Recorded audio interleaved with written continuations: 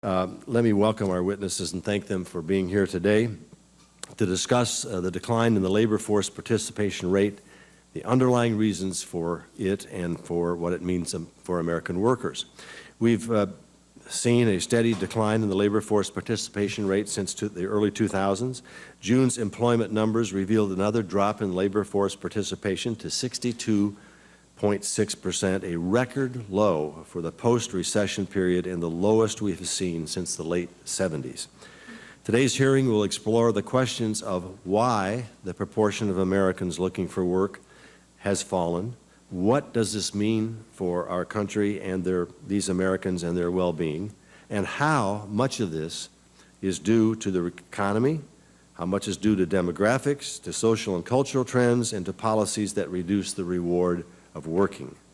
The discussion will center on the notable decline in workforce participation, including how the long-term and short-term trends factor into the issue, who is working less, where workforce trends are expected to go from here, and what that means for Americans' well-being and future growth.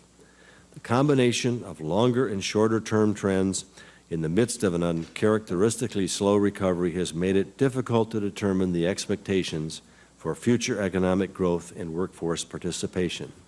And that is why we are spending time here today asking these questions in hopes of shedding light on this topic.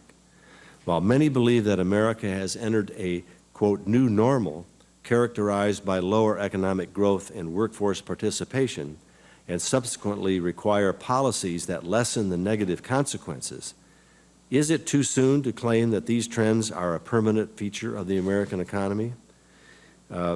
Our witnesses, we hope, will shed some light on all of this. As we know, we are not growing at a rate in terms of our GDP growth that is allowing Americans more opportunities to participate in a dynamic growing economy. And so I think the wisdom that can be brought to us by our witnesses today and the questioning that will take place is appropriate. With that, I'm going to turn to our witnesses. Dr. Scott Winship is the Walter Wriston Fellow at the Manhattan Institute for Policy Research, previously a fellow at the Brookings Institution, a research manager of economic mobility project of the Pew Charitable Trust, and a senior policy advisor at Third Way. Dr. Winship, thank you for joining us. Dr.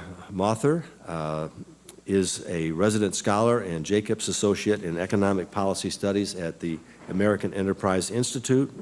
She has been a consultant at the World Bank and an adjunct professor at Georgetown University School of Public Policy and Economics, a professor at the University of Maryland. Thank you, Doctor. And finally, Dr. Jacobs, Elizabeth Jacobs, Senior Director for Policy and Academic Programs at the Washington Center for Equitable Growth. Before that, she was a fellow in governance studies at the Brookings Institution.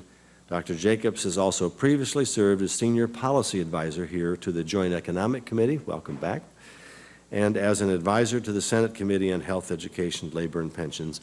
I welcome all three of you,